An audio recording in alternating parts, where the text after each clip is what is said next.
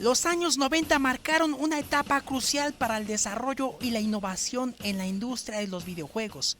Los desarrolladores y líderes de la industria buscaban un cambio real, una evolución en la manera de contar historias. Era necesario un aire fresco, una nueva visión, algo que rompiera con lo establecido. Así, el formato 3D comenzaba a posicionarse como el futuro. Era momento de dejar atrás los gráficos en 2D y dar paso a experiencias más inmersivas. Este salto no solo se reflejaba en el diseño visual, los videojuegos comenzaron a correr a tasas de hasta 60 fotogramas por segundo, ofreciendo movimientos más fluidos y entornos más realistas. La llamada guerra de consolas estaba oficialmente en marcha. Corría el año 1995 y el mundo fue testigo del nacimiento de una de las consolas más queridas por la comunidad gamer, la PlayStation 1, con un catálogo amplio y variado y siendo una de las pioneras en la implementación del 3D en consolas domésticas. Sony logró posicionarse rápidamente en la cima. Parte de su éxito se debió al sólido respaldo de estudios third party como Capcom, Konami, EA, Square, Namco y Rockstar, cuyos títulos marcaron a toda una generación. El resultado fue contundente, más de 100 millones de unidades vendidas en todo el mundo, superando con creces a sus competidoras más cercanas, la Nintendo 64, que alcanzó 32 millones, y la Sega Saturn, que apenas llegó a los 9 millones. Mientras Sony se abría paso como un nuevo gigante con la PlayStation 1, Sega enfrentaba un camino muy distinto. Su consola, la Sega Saturn, fue lanzada en Japón en noviembre de 1994, apenas unas semanas antes que la PlayStation 1. Al inicio parecía tener una ventaja competitiva. Títulos como Virtua Fighter generaron un fuerte impacto y su propuesta era clara: traer la experiencia de arcade al hogar. Sin embargo, las buenas intenciones no bastaron. El hardware de la Saturn resultó ser su primer gran obstáculo. La consola contaba con 2 CPUs principales y varios coprocesadores, lo cual complicaba enormemente el desarrollo de juegos. Los estudios no sabían cómo exprimir su potencial y muchos simplemente la evitaron. El problema se agravó en mayo de 1995, cuando Sega decidió adelantar por sorpresa el lanzamiento de la consola en Estados Unidos, sin avisar a sus socios third party. Esta jugada impulsiva generó malestar en la industria, y uno de los grandes afectados fue Electronic Arts, responsable de franquicias como FIFA y Madden, quienes decidieron no desarrollar para la Saturn. Y entonces llegó el golpe final. En septiembre de ese mismo año, Sony lanzó la PlayStation 1 a un precio de $299, mientras que la Sega Saturn se vendía por $399.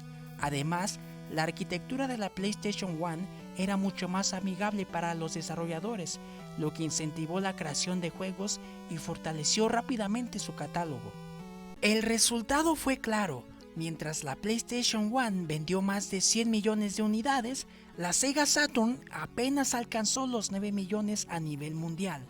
Una diferencia abismal que selló su destino como uno de los mayores fracasos comerciales de Sega. Pero la historia no termina ahí.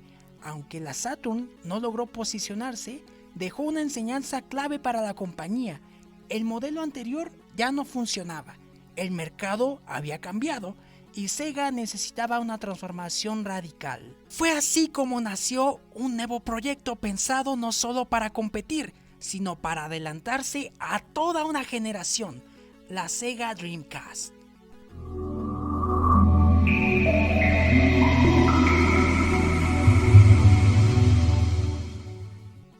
La Dreamcast era el as bajo la manga de Sega, una consola pensada no solo para competir, sino para recuperar el terreno perdido y devolver a la compañía al trono del gaming. Al igual que la Saturn, su objetivo era claro: llevar la experiencia arcade al hogar, pero esta vez con una propuesta mucho más sólida. Hablamos de una consola que corría juegos a 60 fotogramas por segundo, con un rendimiento gráfico comparable al de las mejores máquinas de arcade de la época.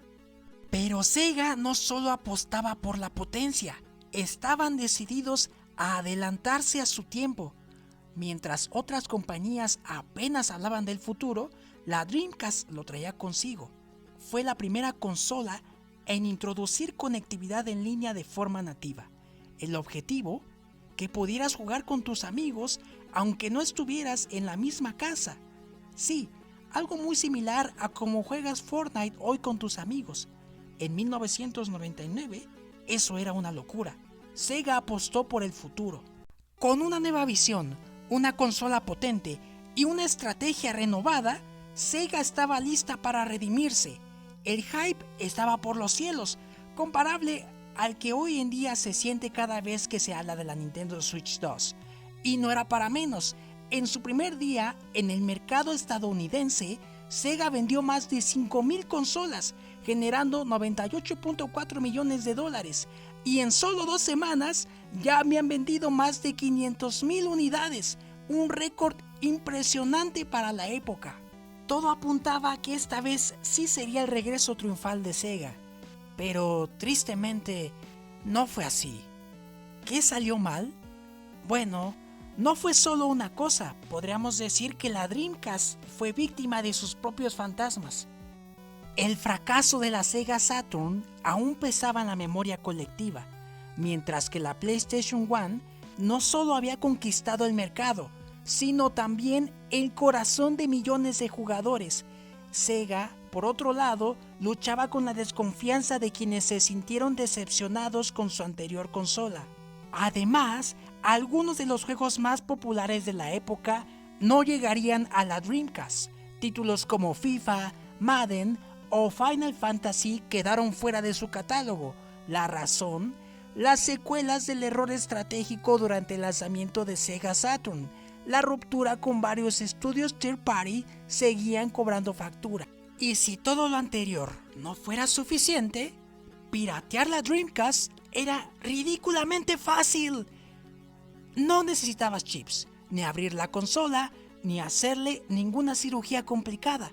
Bastaba solo con grabar el archivo del juego en un disco virgen, usar un pequeño programa llamado Boot Disk, que el Boot Disk era un disquito mágico que le decía a la consola: oye, este juego que estás a punto de leer no es original, pero hazte de la vista gorda y déjalo correr, que aquí no ha pasado nada. Y con eso ya podías correr copias piratas como si nada. Y claro, los desarrolladores se espantaron y corrieron, y muchos estudios no querían invertir tiempo ni dinero en una consola donde su juego podía ser pirateado fácilmente, así que comenzaron a bajarse del barco. Y eso le pegó durísimo a Sega. Y lo que terminaría de sepultar a la Dreamcast fue el lanzamiento de la PlayStation 2 en el año 2000. Sony ya tenía el respeto y el cariño de la comunidad gracias al éxito rotundo de la PlayStation 1, así que muchos gamers simplemente esperaron la llegada del PlayStation 2 y no le dieron una oportunidad a la Dreamcast, a pesar de que tenía ideas muy adelantadas para su época. En resumen, la Dreamcast no fracasó por ser una mala consola, sino por las malas decisiones que Sega tomó en el camino. A pesar de su visión futurista, solo vendió 10 millones de unidades en todo el mundo. Un número muy bajo si lo comparamos con el impacto que tuvo y todo lo que ofrecía en su momento. Pero más allá de los números, yo le tengo un cariño especial. Me acompañó en mis primeros días de vida. Todavía me acuerdo jugar títulos como Sonic Adventure, Power Stone y Crazy Taxi.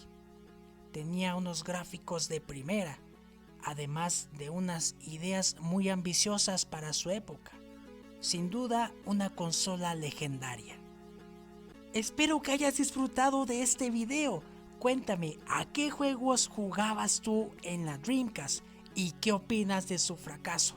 Estaré leyendo tus comentarios. No olvides suscribirte y activar a la campanita para que no te pierdas ninguno de nuestros videos.